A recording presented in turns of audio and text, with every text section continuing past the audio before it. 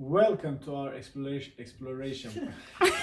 Fucking welcome to this week's exploration project. For this week, we're gonna take you on a journey to Sweden and explore Hofstede's 6 dimensions of cultures. Please come along and we will show you. The first dimension we're going to talk about is the one regarding power distance. This dimension refers to the degree of inequality that exists and is accepted between people with and without power. A high PDI score indicates that a society accepts an unequal hierarchical distribution of power and that people understand their place in the system. A low PDI score means that power is shared and widely dispersed and that society members do not accept situations where power is distributed unequally.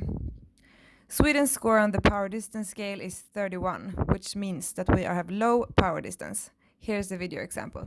So the numbers from this past week look really great. Excuse me, Mr. Prime Minister. Someone forget to put this coffee cup in the dishwasher. Oh, I'm sorry, boss. But the dishwasher was full. Then you empty it. Okay. The second dimension we're going to talk about is focused on whether or not a country is oriented towards the short term or the long term. Organizations with long-term orientation focuses on the future, and organizations with short-term orientation focuses more on the past and the present and have great respect for traditions. Sweden's score on this dimension is 53, which puts us in the middle, and to illustrate that, you will now see a video example of how a meeting in Sweden can look. We should invest everything we have on these machines, on all the machines we can get our hands on. We should invest everything. No, I really think we should think long term and save some of our money and not invest everything at once.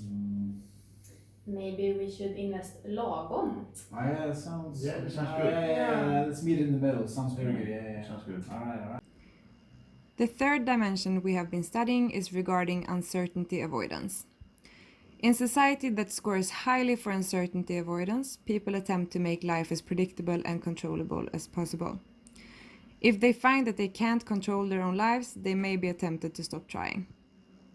People in low UAA scoring countries are more relaxed, open, and inclusive. Low UAA societies maintain a more relaxed attitude in which practice counts more than principles, and deviance from the norm is more easily tolerated. In societies exhibiting low UAA, people believe that there should be no more rules than are necessary. Schedules are flexible, hard work is undertaken when necessary, but not for its own sake. Precision and punctuality do not come naturally, and innovation is not seen as threatening. Sweden's score on this cultural dimension is 29, which is low. This means that we have a more relaxed attitude towards uncertainties. Here's an example. So we still don't have a fixed government. I don't know what to do next. Should we do something? I don't think it's any stress at the moment. We haven't had a government for 3 months now, so we'll just take it as it comes. We'll have a fika and we'll take it next week. We'll start discussing then. The fourth dimension we're going to talk about is whether or not a country is individualistic or collectivistic. This refers to the strength of the ties that people have to others within their community.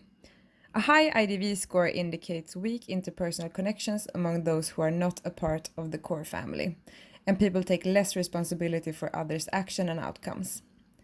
In a collectivistic society, however, people are supposed to be loyal to the group to which they belong, and in exchange, the group will defend their interests. The group itself is normally larger, and people take responsibility for one another's well-being. Sweden is an individualistic society, which means that we focus more on the individual than the group, and here's an example. So where do you guys want to go afterwards? Who messed up on this report? We have lost hundreds of millions. Who did it?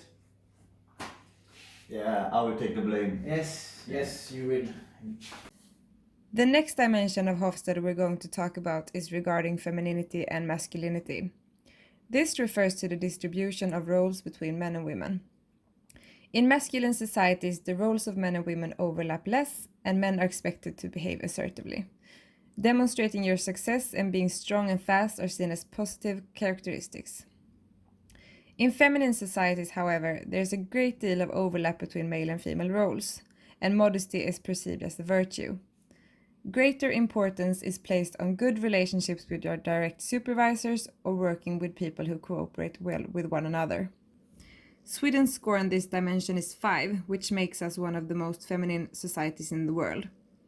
This means that we value good relationships and are very caring. Here's an example. Oh, I'm sorry, I hit you. Oh no, it's okay, it's okay. You are a very good driver. Okay. Yes, keep driving. You did your best. Oh. It's okay. I go away now. The sixth and final dimension we're going to talk about is regarding the tendency for a country to indulge or be more restrained.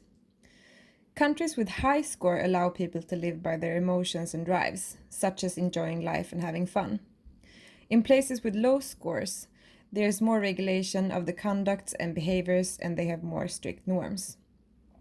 Sweden's score on this dimension is 78, which is high.